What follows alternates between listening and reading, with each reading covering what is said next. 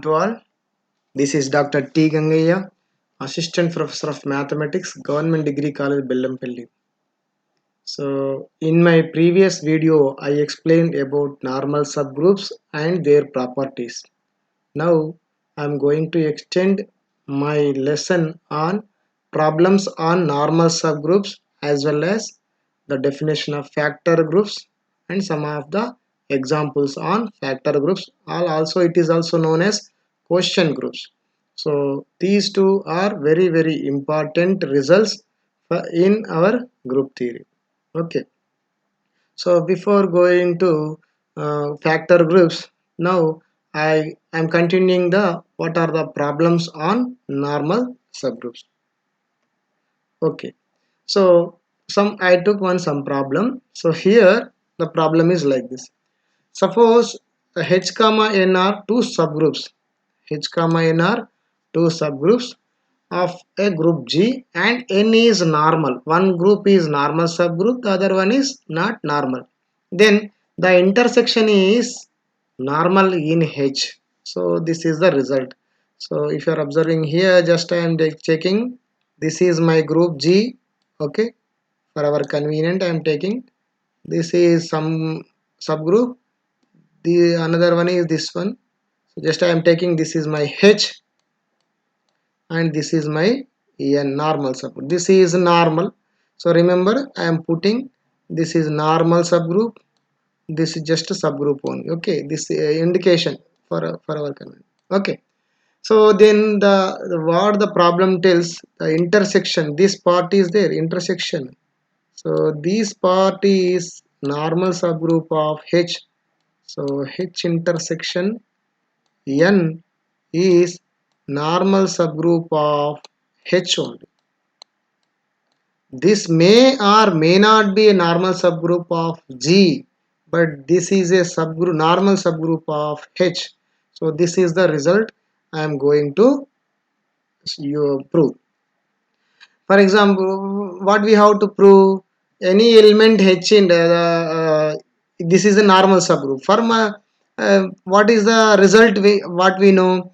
So whenever a H is said to be a normal subgroup, what we have proved previously, the element XH X inverse belongs to the XH X inverse belongs to H, where X belongs to Z. That means whole set, and H belongs to the set what we are going to prove, that set only. So H. So this is enough.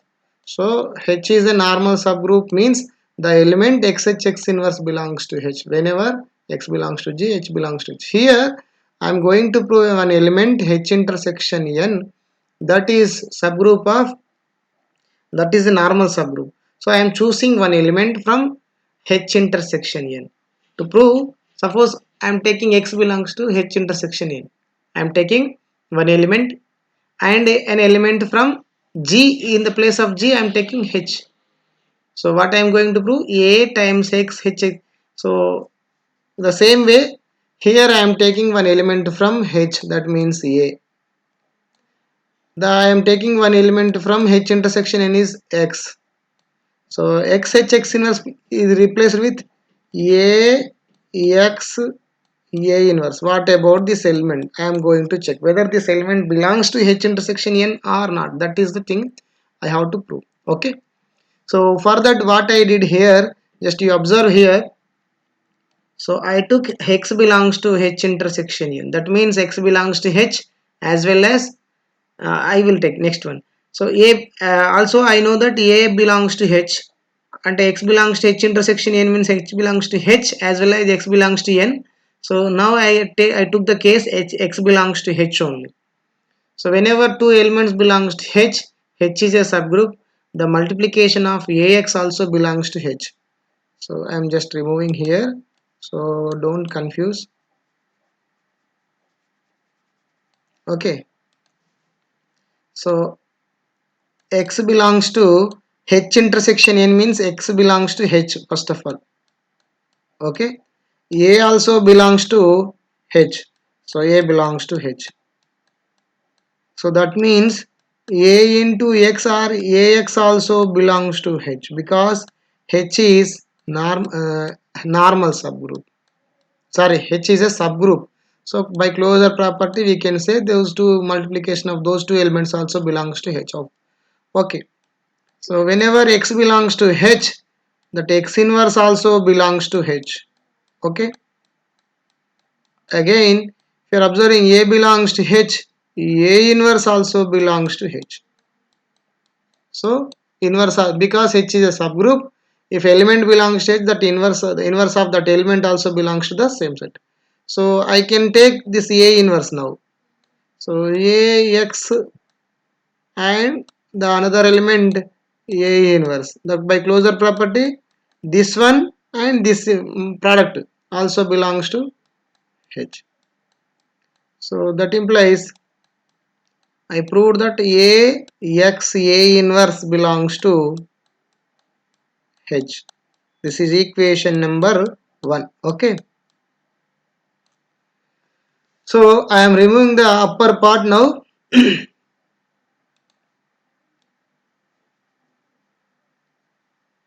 Okay. Now from the beginning what I took, X belongs to H intersection N. That means X belongs to N. Okay. Okay. Previously I took X belongs to H. Now I am taking X belongs to N. So that I am continuing X belongs to N. And A belongs to H. A belongs to H. But H is a subgroup of G only. So that means A belongs to G. Okay. So N is a normal subgroup. So whenever N is a normal subgroup, what we know? The element A, X, A inverse also belongs to N. By the first theorem in the normal subgroups, what we know? N is a normal subgroup. Then AX, A inverse belongs to N. For every A belongs to G and X belongs to N. This is the result I know. So here what we observed is AX, A inverse belongs to N. This is equation number 2. From the first equation we know that AX, A inverse belongs to H. From the second equation we observe that AX, A inverse also belongs to N. That means this belongs to both the sets H comma N. That means AX, A inverse belongs to H intersection N, where this center element belongs to H intersection N and this A belongs to H only. So that's the reason H intersection N is a normal subgroup of H. Okay. So this is the result we proved. H intersection N is the normal because I chosen A from capital H only, not from G. So whereas H intersection N may or may not be a normal subgroup in G. May or may not be. Here it may some problems it is not the normal subgroup in G. So for that I am taking one more example. So in which case H intersection N is not a normal subgroup. For that I am choosing G is my, I am taking my G as S3. G as S3. S3 ante I already know the sorry, S3 means symmetry group with three elements. So it contains E, so P1, P2 up to P5. Okay, six elements. P1, P2, P3, P5. This is my group. So I am choosing two subgroups. Namely, first subgroup is my G only. The second one is H. H is equals to, just I am taking a subgroup with E and not P1, P2, I am taking just P3 only. It has self inverse P3. That means where P3 is equals to just 2 comma 3 only. That means P3 is equals to like this. So if you are observing 1 goes to 1, that is my fixed one. 2 goes to 3, 3 goes to This is my permutation. Okay, symmetry group means the set of all permutations of with 3 entries. So this is a subgroup, and this is a subgroup, and this is my total group. Okay, so already we know that singleton E and G are the subgroups. Also these two are normal subgroups also. Here in the previous theorem it is just like my N. Okay, N is a normal subgroup and H is a group, and G is a, sorry, H is a subgroup and G is a group. Then what we know that H intersection N. What is H intersection N? H intersection N. So N is nothing but G. Therefore H intersection H is the smallest set. That means here it is smaller. So H intersection is nothing but just H only. If you are observing here, H intersection N is nothing but H. This is not a normal subgroup. If you are observing, this is not normal subgroup. So how? Suppose normal subgroup means any left coset of H is equals to right coset of H. It should be satisfied. Now every left coset is equals to right coset. If you are observing here, P1 times P1H. What is the left coset of P1 with H? If you are observing here, or otherwise just the here I took one element and from G. So normal subgroup, another definition is also there. So what is that?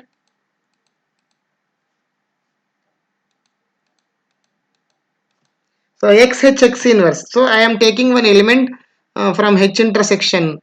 So from H intersection N is nothing but P3 only. So I am taking one element H intersection H intersection N. That is my P3. So I am taking one element from G only. So I will take left hand side P1 and P1 inverse on the right hand side. So what about this element? If this element belongs to, and not only P1, we can check every element P1, P2, P4, P5. Also it has to satisfy. Just I am taking this element. So if you are observing this one, just come to this side. What is P1? 1, 2, 3. So what is P3? P3 is equals just 2 comma 3 only, 2, 3. And what is P1 inverse? Inverse means you can write the reverse. Reverse means 3, 2, 1. 3, 2, 1. Okay. So when we are observing here, so I am taking 1 goes to 3, and 3 goes to 2, and 2 goes to 3. So 1 goes to 3, 3 goes to 2, 2 goes to 3. So just you observe here, 1 goes to 3 and 3 goes to 2. Here I am taking 2, 2 goes to 3. That means 1 goes to 3 only I am getting. So what about 3? So 3 goes to 2, okay, and 2 goes to, I ended here 2. So I am starting here 2. 2 goes to 3. So again 3 goes to 1 only. So 3 goes to 1 means it is over. So this is the cycle. So remaining number is only 2. So if you are observing 2, 2 goes to 1. Okay, 2 goes to 1. Here 1 is not there. Leave it. So 1 goes to 2. So 2 goes to 1 and 1 goes to 2, and 2 goes to 2 only. So single 2. So no need to worry. Single 2 is nothing but just we can remove, this is identity. So 1 3. So this 1 3 does not belongs to 1 3 is nothing but P 1 goes to 3. It is P4. This is my P4, which does not belongs to H. So what we proved that X H X inverse does not belongs to H intersection N. Therefore H intersection N is not normal subgroup in G. Not normal in G. If you take elements from H, H intersection N is a normal subgroup in H. If you take elements from this one, so because all the elements are H, HH is nothing but H only. So H intersection N with the elements of H, it will give the normal subgroup only. That is the reason. So the intersection is a subgroup in H, normal subgroup in H, but not in the whole group. That is the important result. Next. So the next result is, so suppose M comma N are two normal subgroups of a group G, such that the intersection of these two subgroups is just identity element only. Then what we are going to say is every element of m commutes with every element of n. అంటే the each and every element commutes with each and every element in the other set. So this is the result, second result. So first of all, again I am drawing just g. For a smaller purpose I am taking, this is my m normal subgroup and this is my n. Maybe they may have intersection part or not, I don't want. So here the intersection contains only identity element only. So m intersection n, just identity element, only one element is there, no other element is not there. Okay, what I am going to prove is every element of m commutes with every element of n. That means suppose a belongs to m and b belongs to n, ab is equals to ba. That is the thing we are going to prove. Any element, I have chosen one element from m, one element from n. I am going to prove ab equals to ba for all a belongs to m, for all b belongs to n. That is the result we are going to prove. So first, if we are observing here, A belongs to M means the inverse also belongs to M. Okay. Similarly, B belongs to N means the inverse also belongs to N. So now I am choosing one element, namely this is the thing we are going to prove, AB into AB inverse. That means A inverse times B inverse I am observing here. A inverse into B inverse. What do you know about this one? First of all, you are observing here. From this I am just pairing this one. So A B A inverse times B inverse. Okay. Also the same way I can write this one. I am writing here. I can write this one like this also. A times B A inverse B inverse. Sorry. So both the way we can write. If you are observing here A B A inverse times B inverse, what do you know by A B A inverse? Where A belongs to M means A belongs to G. Okay, A belongs to M means A belongs to G, and B belongs to N. So A B A inverse belongs to N because N is normal subgroup. This belongs to N. Okay, and also B belongs to N means B inverse also belongs to N. Okay, A B A inverse, because A belongs to M, M is contained in G, that means A belongs to G, and B belongs to N means A B A inverse. N is a normal subgroup means A B A inverse belongs to N. This one, up to this one is clear. Now if you are observing here, B belongs to N, B inverse also belongs to N. So this is also belongs to N. Therefore the total multiplication also belongs to N. That means AB, A inverse, B inverse belongs to N. Okay, from this observation, this total element belongs to N. Now coming to the second version. So here B belongs to N. B belongs to N means B belongs to G. Okay, B belongs to G, and A belongs to M means A inverse also belongs to M. So B, some element in M and B inverse. So because M is also normal subgroup, B A inverse B inverse also belongs to M. What we know, A also belongs to M only. So the multiplication, this one, and that means this is also, the multiplication is nothing but A B A inverse B inverse. This is also belongs to M. So this element belongs to M as well as N. So that element, that common element is A B A inverse B inverse belongs to the intersection, belongs to M intersection, sorry, M intersection. So which is equals to identity element only. That means this is the, that element must be equals to identity only. That means A B A inverse B inverse is equals just to identity element. So if whenever if you are getting here, just I am applying B on the right hand side. So B on the right hand side, then this will cancel. Okay. Again, if I am applying A on the right hand side, so here I will get again a, so a inverse cancel. So finally what we will get, so ab equals to just e times ba, that means ba only. For every a belongs to m, sorry, a belongs to m and b belongs to n. So every element of m is also commutes with every elements of n. So m commutes all the every element of m commutes with every element of n. This is the second problem on normal subgroups. Okay. Now coming to the third one. So third one is my definition, quotient group. What do you mean by a quotient group?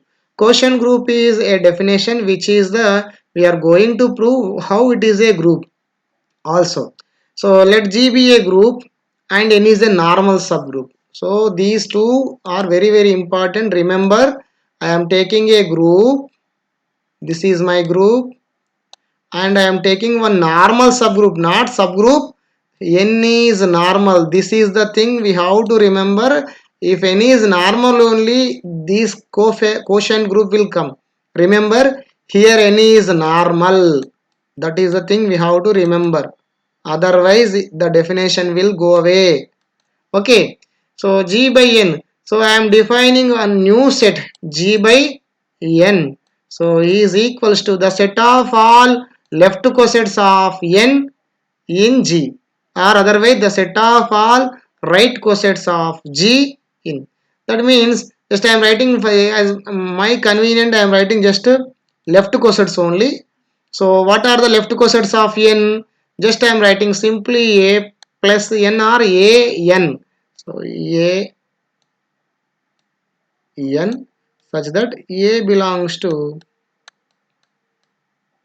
G. That means if you are interchanging a value, we will get left cosets here, an. Otherwise, you can write na also, right cosets also will give the same answer.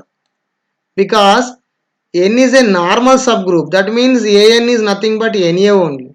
So that is the reason it will work the set of all left cosets or the set of all right cosets. Both are same only. So for our convenient, I am taking just simply left coset. The set of all left cosets of n in G. So here all the left cosets, if you are taking all the left cosets in a set, that set forms a group. This set forms a group with respect to cosets multiplication. That means, for example, an is one element and bn the other element. If you are taking the multiplication of cosets, it is nothing but just a b times n. So this is the definition of cosets multiplication. So with this multiplication, the G by N, with this multiplication, G by N forms a group. G by N forms a group. So this group is named as quotient group or factor group. Holder, the scientist Holder named it. So sometimes we say that Holder group also. So G by N is a group which contains all the left cosets of the n, which forms a group. This group is named as quotient group or factor group. It is in the form of quotient. So that's the reason quotient group, or otherwise factor group also, or holder group also. So these are the names for quotient group. Okay. So G by N is a group. How it is a group? First of all, by basic observation, this is closed under addition. So whenever a by an comma bn, a comma b belongs to G only, because I choose a from G. Similarly, b also from G only. So whenever a comma b belongs to G, ab also belongs to G. That means AB times N belongs to a left coset of N. So AB times N also belongs to G by N. So it is closed. By the basic definition, it is closed because A comma B belongs to G. AB also belongs to G. Therefore AB times N belongs to G by N. So whenever AN comma BN belongs to G by N, A by AB times N also belongs to G by N only. So closer. So next one is associative. So what it tells? So an, sorry, just I am removing this one. So what is the result of an bn times cn? So associative property, what it tells, by the definition of Cosette's multiplication, it can be written as ab times n only. Okay, with cd. So by the definition of Cossette multiplication, it can be written as ab times c n only. So a comma b comma c are in G. That means G is group. That means it satisfies closure associative property. We can write this as a times bc also. Okay. By the definition of Cosette's multiplication, it can write an, sorry, an times bcn. So this is nothing but my an with bn cn. So from this observation, what we know is G by N is associated with respect to Cosette's multiplication. Similarly, the element E belongs to G is identity in G. Therefore, En is identity element. En is nothing but N only. So this is the identity element in G by N. If you are observing, so if in the place of E, so AB is nothing but sorry, I am just removing everything. So E is the identity in G, E belongs to G, and AN is an element from G by N. So E by N and EN is the identity element in, my intention is E by EN is the identity in G by N. My claim is E by N is identity in, because EN dot AN is equals to, by the definition, E times A n. So E is the identity and A belongs to G, that means E A only. So A n. So similarly, if you are taking A n times E n also, we are getting the same number, just A n only. So therefore this is the identity element. Since A belongs to G, A inverse also belongs to G, because G is a group. Okay. So if you are observing A n with A inverse n, we can say that it is nothing but A times A inverse times n. This is equals to E times n. So here this is the inverse of an is the inverse of A inverse n, and A inverse n is the inverse of an. So thus every element of G by n have the inverse also. So G by n satisfies all the group properties. Thus G by n is a group. This group is named as quotient group. So this is the result on quotient group. So what are the result on this? Okay. Now coming to the results. So how to find the factor groups in Z by 3Z? So here this is the quotient group. So Z is here Z by 3Z. Quotient group of 3Z in Z. So here Z is equals to, we know already, just I am explaining from 0 plus or minus 1 plus or minus 2, like this. So coming to this side, 3z is equals to multiples of 3. So 0 plus or minus 3 plus or minus 6 only. Now what do you mean by z by 3z? The set of all distinct left cosets or oblique right cosets. So if you are observing here, 3z is a normal subgroup, because if you take any element from this number, so 3z is a normal subgroup. So observing here, 3z is a normal subgroup of z, because, so I am taking one element from z. So just I am taking 2. 2.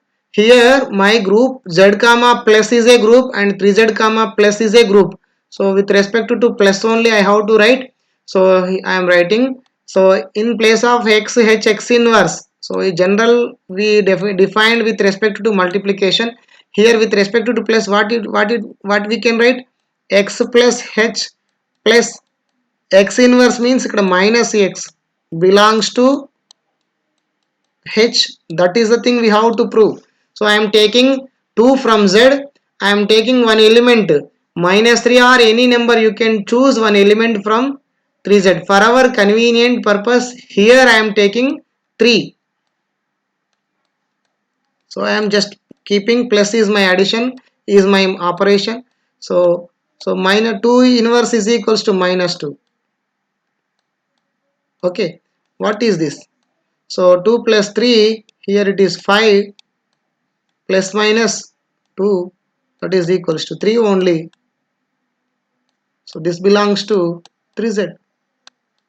So if you take any number, not only 2, the plus 2 and minus 2 will cancel out. That means when this is a z is a, actually z is a abelian group. Abelian group means every subgroup is a normal subgroup only. That's the reason also we can say directly 3z is a normal subgroup. Now if it is a normal subgroup, now I am going to define z by 3z. What about z by 3z? What are the distinct left cosets? So we already know. So 0 plus 3z is 1, 1 plus 3z, 2 plus 3z, 4 plus 3z, 5 plus 3z. These are all the left cosets. If you are observing here, 0 plus 3z is equals to just 3z only. So this is one distinct left coset.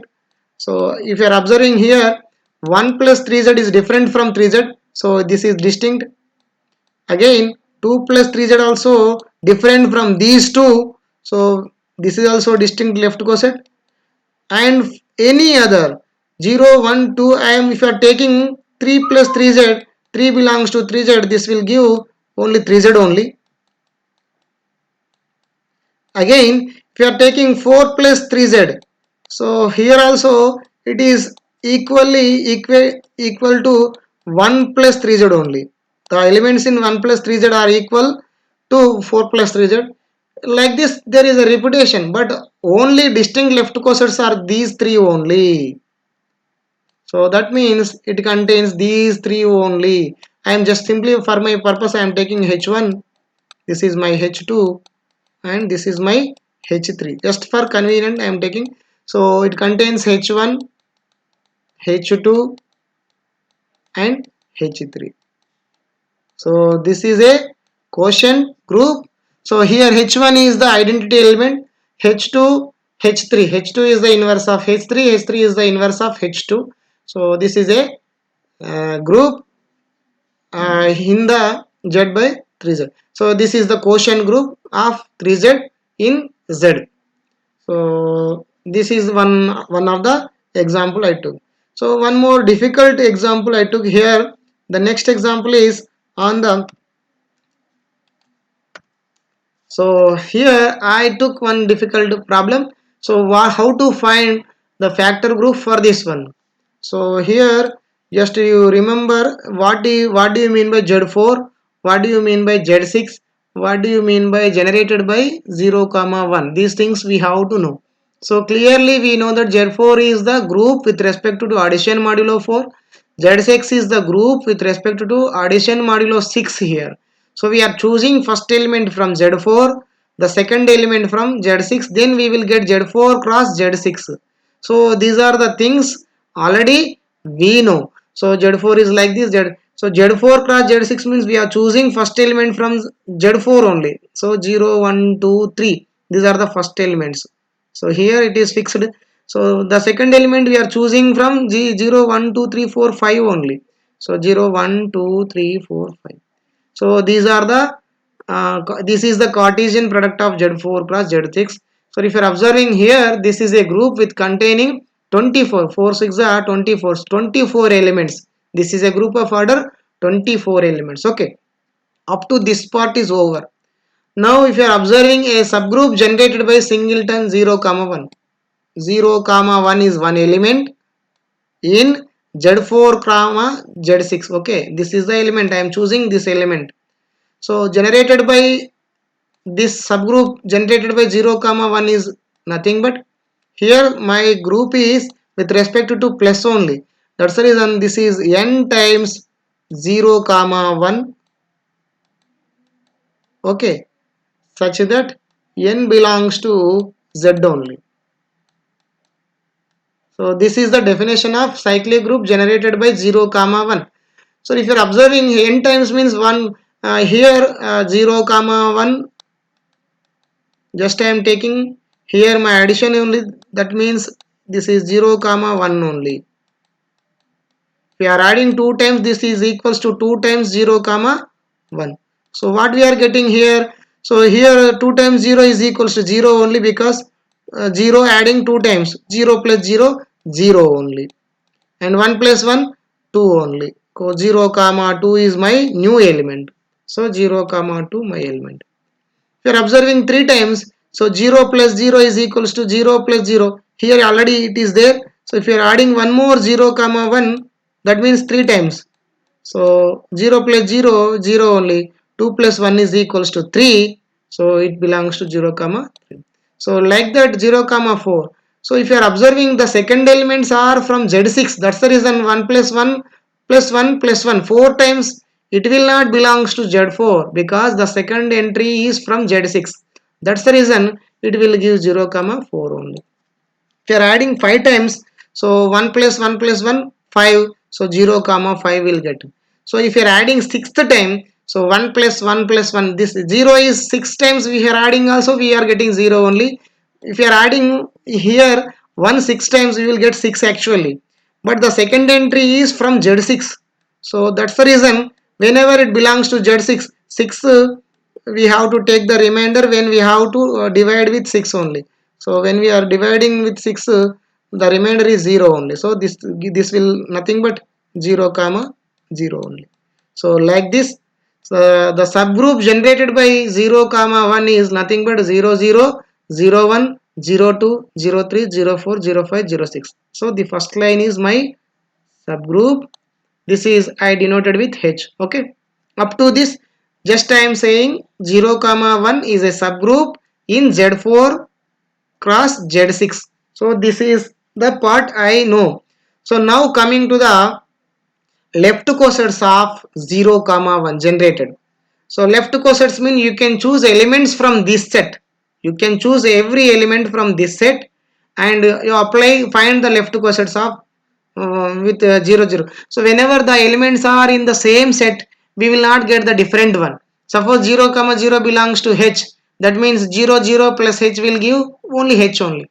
Similarly 0 comma 1 belongs to H, so 0 1 plus H also will give the H only.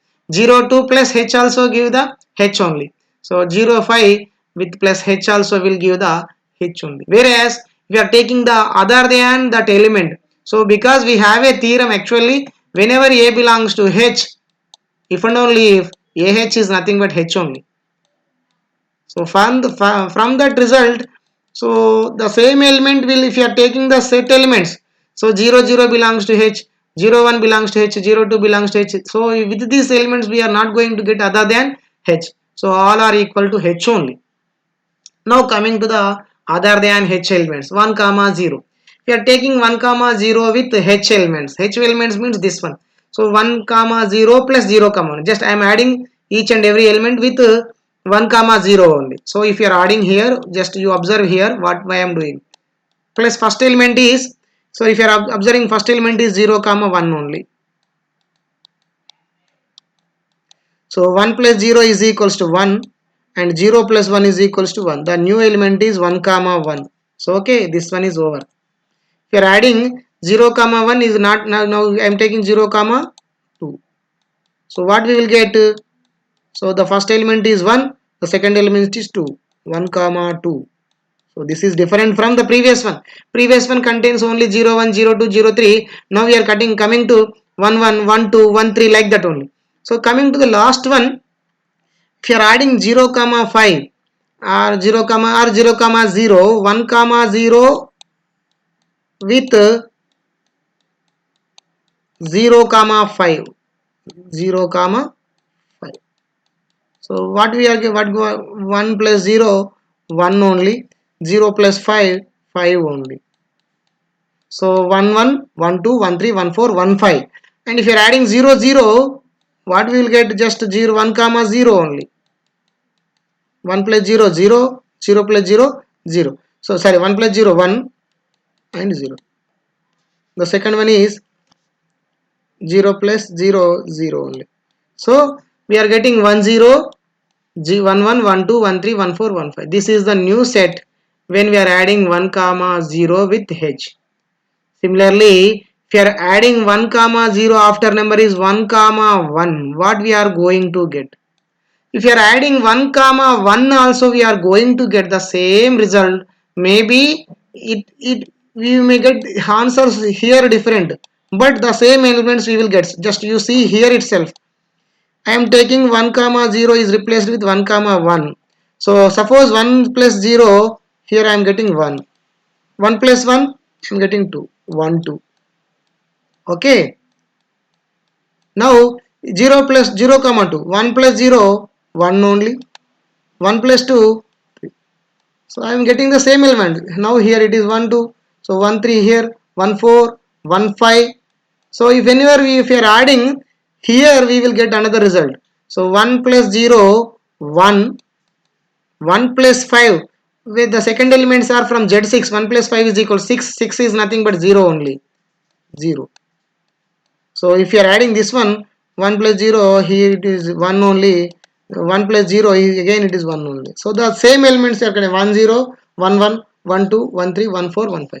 So these total line will give the same as 1 plus 1 0 plus h. Similarly, 2 plus 0 plus h and 3 plus 0 h are the different left cosets.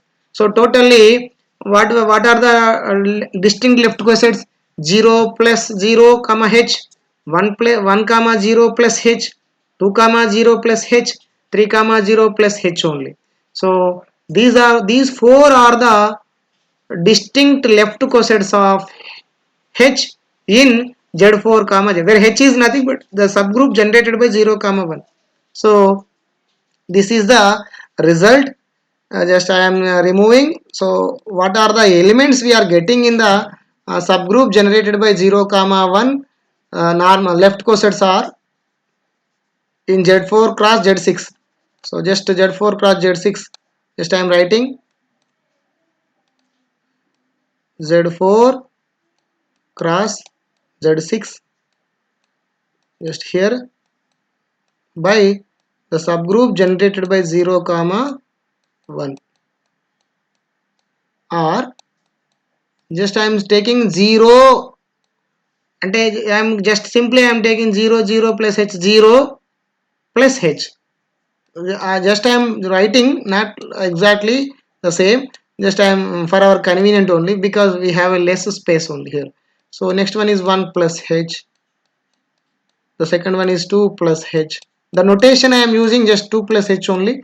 In place of 2 comma 0, I am just 2 plus h, the 3 plus h. These four are the distinct left cosets of h in Z. So if this has the self inverse.